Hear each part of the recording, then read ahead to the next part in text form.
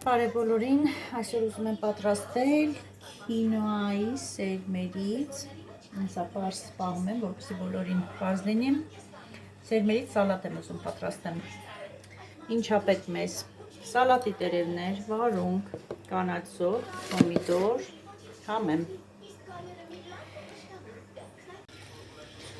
ջուրը դրել եմ, որ եռա, ջուրն արդեն եռում է, հիմա սերմերը մեջն եմ լցնում, ինչքան ձեզ հարմար է, այդքան էլ լցրեք։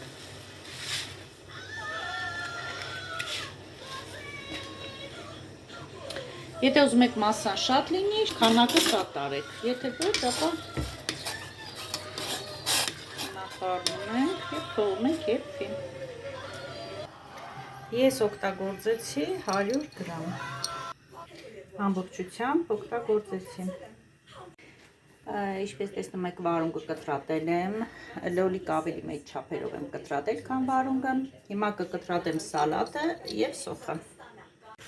Արդեն կտրատել եմ նաև սալատը, հիմա ավելացնում ենք կտրատած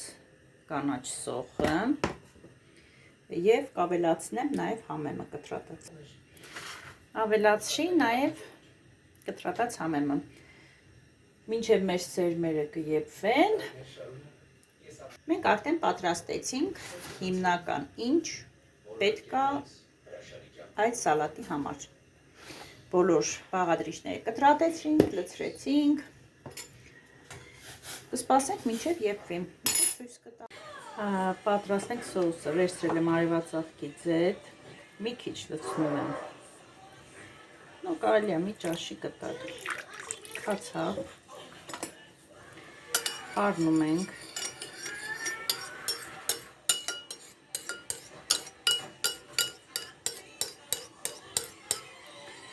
սև և կարմիր բիբարներ,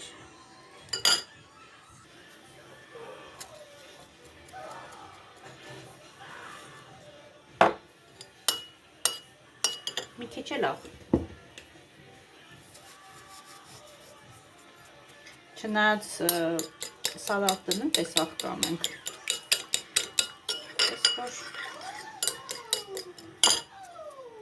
և լցնենք մեր սալատի վրա։ Արդեն պատրաստ է, հիմա մենք կանջատենք գազը և կթողնենք այսպես մնամ։ Ստոք ասեմ ինչ անենք։ Ահա, տեսեք ոնց է ստացվել։ Մի քիչ կարող եք, եթե ջուր մնացած լինում, կարող եք ջուր քամել և խառնել մեր արդեն կիսապատրաստ սալատին։ Ես ջուր քամեցի, լավ, հիմա կավելացնեմ մեր սալատի վրա։ Մի փոքր էլ լիմոն կավելացնեմ, մի քիչ ինքը դառնություն ունի։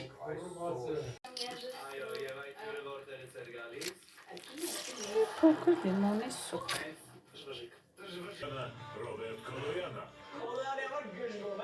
Էս էլ մեր սալատը, փորձեցինք,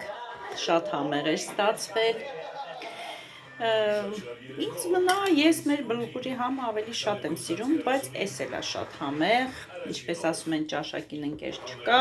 վիտամիններով հարուստ սնունդ, փորձեք, գուցե և դուր կա։ Դե ինչ, պակա-պակա։